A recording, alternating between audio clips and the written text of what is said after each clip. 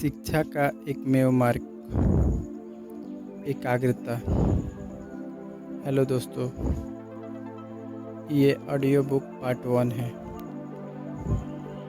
एकाग्रता ज्ञान की प्राप्ति के लिए केवल एक ही मार्ग है और वह है एकाग्रता। मन की एकाग्रता ही शिक्षा का संपूर्ण सार है। ज्ञानार्जन के लिए निम्नतम श्रेणी के मनुष्य से लेकर उच्चतम योगी तक को इसी एक मार्ग का अवलंबन करना पड़ता है। रासायनिक अपनी प्रयोगशाला में अपने मन की सारी शक्तियों को एकाग्र करके एक ही केंद्र में स्थिर करता है और तत्वों पर लगाता है। उससे तत्व विश्लेषित हो जाते हैं और उसे ज्ञान की प्राप्ति हो जाती है। ज्योतिषी अपने मन की शक्तियों को एकाग्र करके एक ही केंद्र पर लाता है और दूरदर्शी यंत्र के द्वारा उन्हें अपने विषयों पर लगाता है।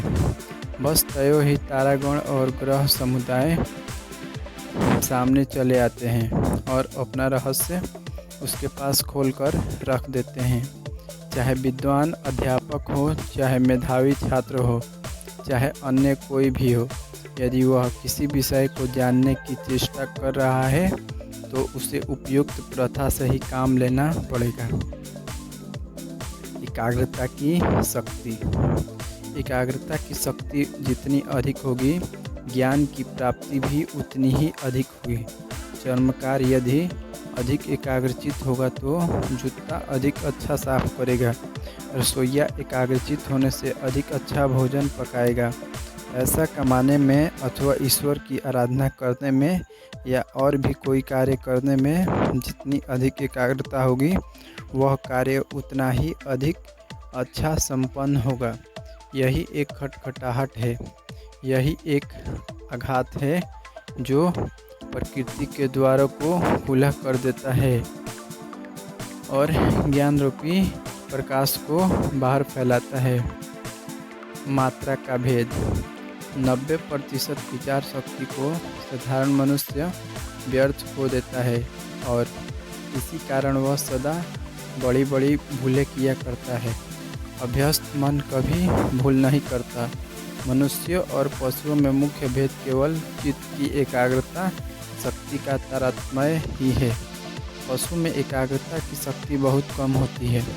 जिन्होंने पशुओं को सिखाने का काम लिया है वे इस कठिनाई का अनुभव करते हैं कि पशु को जो कुछ सिखाया जाता है उसे वह सदा भूल जाया करता है। पशु अपना मन अधिक समय तक किसी बात पर स्थिर नहीं रख सकता। बस यहीं पर मनुष्य और पशुओं में अंतर है। मनुष्य का भेद भी उनकी एकाग्रता शक्ति के इस तारतम्य से होता है। सबसे निम्न मनुष्य की उच्चतम पुरुष के साथ तुलना करो। उन दोनों में भेद केवल एकाग्रता की मात्रा है। एकाग्रता का फल। किसी भी प्रकार के कार्य की सफलता इसी प्रकार निर्भर करती है। कला, संगीत आदि में अत्युच्च प्रवीणता इसी एकाग्रता का फल है। जब मन को एकाग्र करके उसे अपने ही ऊपर लगाया जाता है तब हमारे भीतर के सभी हमारे नौकर बन जाते हैं, मालिक नहीं रह जाते। यूनानियों ने अपनी एकाग्रता का प्रयोग बाह्य संसार पर किया था और इसके फलस्वरूप उन्हें कला, साहित्य आदि में पूर्णता प्राप्त हुई। हिंदुओं ने अंतर जगत पर आत्मा के अदृष्ट प्रदेश पर अपने चित्त को एकाग्र किया और इस तरह योग शास्त्र की उन्नति की। विश्व अपना रहस्य खोल देने को तैयार है, केवल हमें यही जानना है कि इसके लिए किस तरह दरवाज़ा खटखटाया जाए, आवश्यक आघात कैसे किया जाए। खटखटाने या आघात करने की शक्ति और दृढ़ता एकाग्रता से प्राप्त होती है।